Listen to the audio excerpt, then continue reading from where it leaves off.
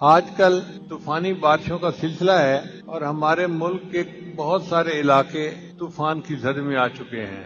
ہم جب وہاں کے لوگوں کے حالات دیکھتے یا سنتے ہیں تو دل بہت دکھی ہوتا ہے۔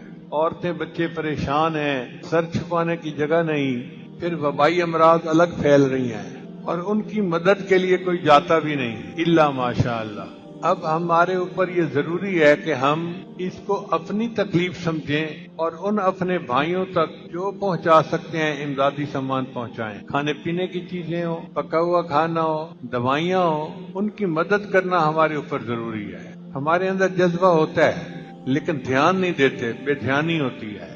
ہر بندہ کچھ نہ کچھ خرچ کر سکتا ہے۔ جو غریب ہے وہ سینکڑوں میں کرے، جو اس سے زیادہ امیر ہے وہ ہزاروں میں کرے، اور جن کو اللہ نے فالتو مال دیا ہے وہ لاکھوں میں کریں۔ ہماری ایک فاؤنڈیشن ہے حبیب فاؤنڈیشن، وہ اسی مقصد کے لیے بنائی گئی تھی۔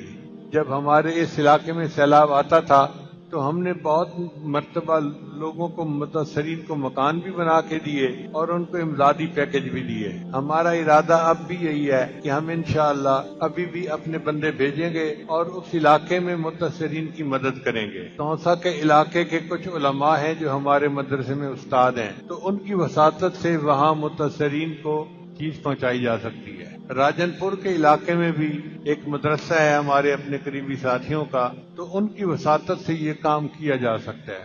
اللہ تعالیٰ آسانی فرمائے اور ہمارے ملک کو اس پریشانی سے نجات عطا فرمائے، اور جو لوگ بھوکے پیاسے ہیں اور آسمان کے نیچے بیٹھے ہوئے ہیں ان کو دھوپ سے اور بارش سے بچنے کے لیے بھی وسائل میسر نہیں، اللہ ہمیں اسباب کے طور پہ ان کی بھرپور مدد کرنے کی توفیق عطا فرمائے۔ وآخر دعوانا ان الحمد للہ رب العالمین۔